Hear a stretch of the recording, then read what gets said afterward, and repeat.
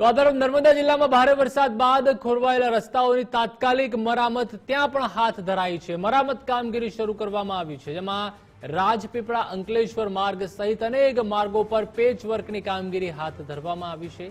Collector એસ.કે. મોદીના માર્ગદર્શન હેઠળ માર્ગ અને મકાન વિભાગની ટીમો સતત કામગીરી કરી રહી છે।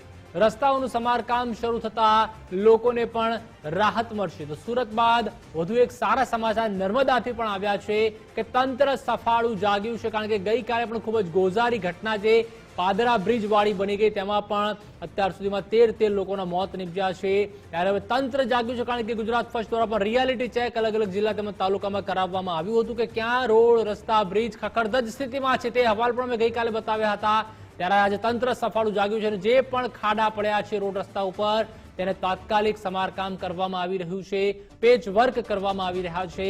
તો રાજપીપળા અંકલેશ્વર માર્ગ સહિત અલગ અલગ માર્ગો પર જે પેચ વર્કની કામગીરી હતી તે પણ તંત્ર દ્વારા અત્યારે કરવામાં આવી છે। કલેક્ટર એસ.કે. મોદીના માર્ગદર્શન હેઠળ માર્ગ અને મકાન વિભાગની ટીમો સતત કામગીરી કરી રહી છે। રસ્તાઓનું સમારકામ શરૂ કરતા લોકોને ક્યાંક આંશિક રાહત મળી છે, કારણ કે વરસાદ છે તે હજુ પણ વરસી રહ્યો છે। હજુ પણ આવનારો 1 મહિનો છે તે વરસાદ વરસશે। હજુ તો શ્રાવણમાં પણ શ્રીકાર થવાના છે। જુલાઈમાં જ્યારે ધોધમાર વરસી રહ્યો છે, ત્યારે આવનારા સમયમાં પણ વરસાદ અવિરત વરસશે।